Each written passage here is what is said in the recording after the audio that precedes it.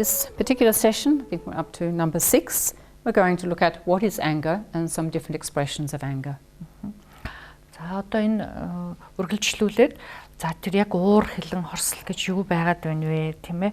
Тэгээд бид нар тэрийг яаж илэрхийлээд байна вэ гэдэг талаар ярив. So we can say that anger is a mental factor. We've already been talking about this in the previous sessions, how it is mental energy. And it's a mental factor that actually cannot bear another object, another person, a situation, something, some experience that you're having. There's some kind of strong aversion towards this. За бид нар уур хилэн гэдэг бол нэгэн одоо сэтгэлийн хортом уу сэтгэлийн хөдөлгөөн бидний сэтгэл төрдөг нэг нөхөр сэтгэлээ гэж ярьсан тийм ээ. Тэгэхээр энэ хизээ төрөд байна вэ гэхээр ямар нэгэн юмд би дургуутсаж хорсохоор тий хин нэгэн хүнд юм уу ямар нэгэн нөхцөл байдалд юм уу заримдаа эд үлгийн зүйлсэд тийм ээ ямар нэгэн юмд л бид нар түлхэж зайлуулъя гэж одоо хорсож дургуутсах ийм сэтгэл байна тий. And we do not have good thoughts, good feelings towards whatever it is that's pushing our buttons or spiking our triggers. We have this aversion, and we have also, following with this, usually a thought to harm. Then юмыг одоо хорсоод тийм ээ дургуулахаа тавгуутаад ирэхлээрээ зэрэг бид нар тэр тухайн одоо тийм сэтгэлийг төрүүлээд байгаа тэр нөхөр сэтгэлийн маань орон болсон зүйлийг бид нар юу гэдэг хинхтэл хорлоё гэж боддог тийм. And so what's important to understand is that anger doesn't suddenly pop up. There's quite a history behind an angry experience. And it's usually, of course, starting with the mind being unhappy or challenged in some way. За уур хилэн гэдэг юм гинтл төрсгээд гараад ирдэггүй юм аа гэж тий. Тэгэхээр бид нар тэр жоохон сайтар наривчлан ажиглаад үсэх юм бол эхэндээ багахан өмцөж эхэлдэг тийм ээ сэтгэл тавгуутаад ямар нэгэн юм дургуулхаад эхэлдэг. And it tends to build over time. We can find that our attitude and the story, we have like this inner narrative, inner story about the person, the object, the experience, whatever it might be that's upsetting us. And then we have this just constant negative thoughts and attitudes towards that, and it builds.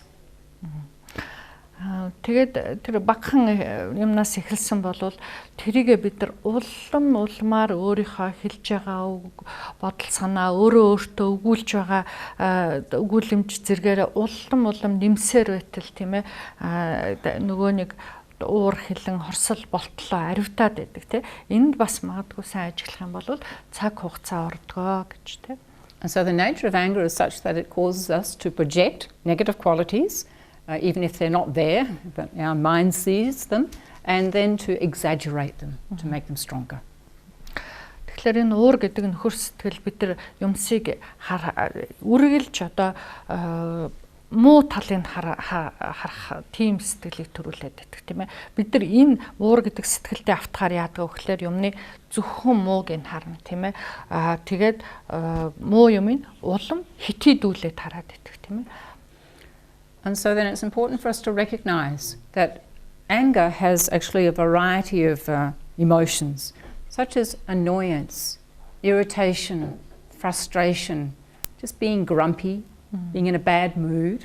Yeah, all of these are kind of like precursors coming before the actual experience of anger.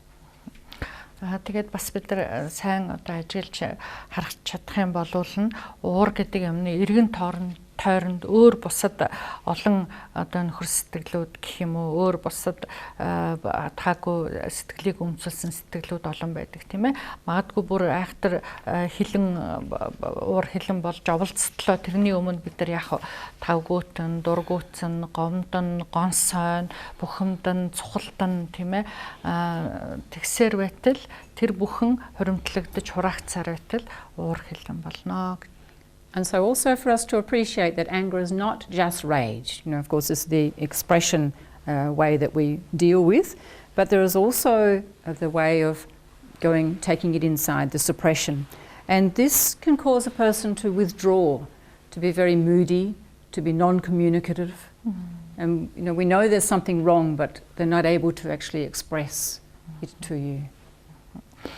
За зөвхөн энд бол нөгөө ил гаргаж ирдэг уургийн тухай бид нар ярихгүй байна тийм бас адилхан дотооддоо өөртөө нуугаад далдлаад хаагаад байдаг тэр уурыг бас ярьж байгаа шүү дээ гэж тийм хүнийг харахад бол магадгүй гаднаа айхтар юм харагдахгүй боловч бас л тавгүй л байдаг шүү дээ тийм ээ тийм хүнтэй харьцахад хэцүү тэгээд өөрөө дотгошоогоо хураагдаад дуугүй болчих гэх мэтэр байдаг тийм. And so this person or persons can appear to be quite distant, and we might ask them, you know, are you okay or are you angry with me? And they say, oh, I'm fine. And no, they're not fine at all, but they don't want to deal with it. They don't want to, or maybe they don't know how to deal with it. And so patience isn't just being able to put on a smile and saying, yes, I'm fine. This is not genuine patience. Тэгээд тийм хүнтэй харилцаж ярилцаж ойр дотн байхад ч хэцүү тийм ээ тавгүй байгааг нь мэдээд чи зүгээр үү гэж асуух төдийд ч гэсэн тийм хүмүүс яасан яагачгүй зүв зүгээр гэж хэлэх нь байдаг тийм гэтэл үнэн хэрэг дээрээ тэр зүв зүгээр байгаа хэрэг огтхон ч биш байдаг тийм энэ юугийг илэрхийлж харж байгаа юм бэ гэхээр магадгүй уурлаад байгаагаа өөрөө сайн ойлгохгүй байж болох юм тийм эсвэл хүлээн зөвшөөрөхгүй байж болно эсвэл тэрийг яахаа мэдэхгүй тэр сэтгэл тагуутаад байгаа юм яаж засаж залруулах вэ түүнийг яаж арилгаж ариусгах уу гэдгээ ч мэдэхгүй байж болох юм.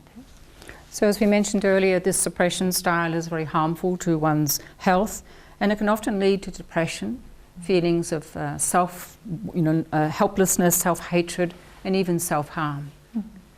За тэгвэл энэ маягийн өөрийн дотор удаан хадгалж дараад байгаа энэ айдлын уур хулин эрүүл мэндэд хортой гэж түрүүн аль хэдийнэ дурдсан тийм ээ.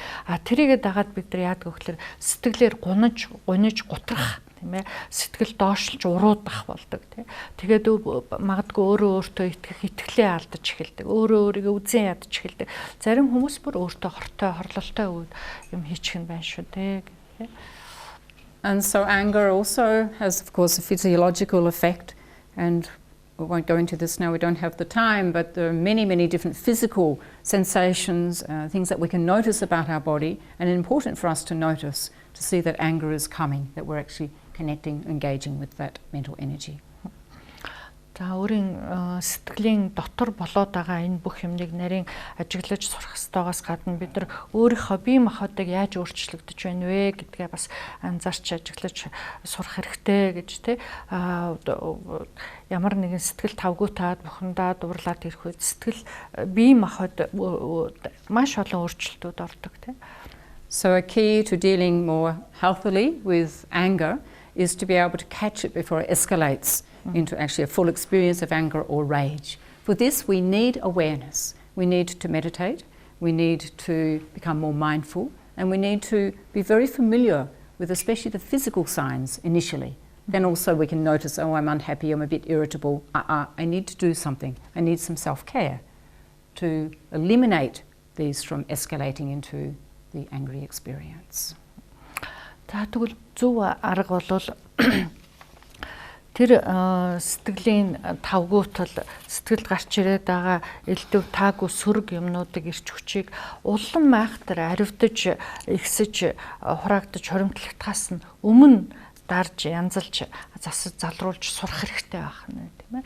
Тэгэхээр тэр юмыг багахан дээр нь анзаарах хэрэгтэй гэж тэрний тулд бид нар юуг анзаарахтай болохоор анзаарга дурдлаа сайжруулахын тулд өгжүүлэхийн тулд бид нар бясалгал хийх хэрэгтэй тийм.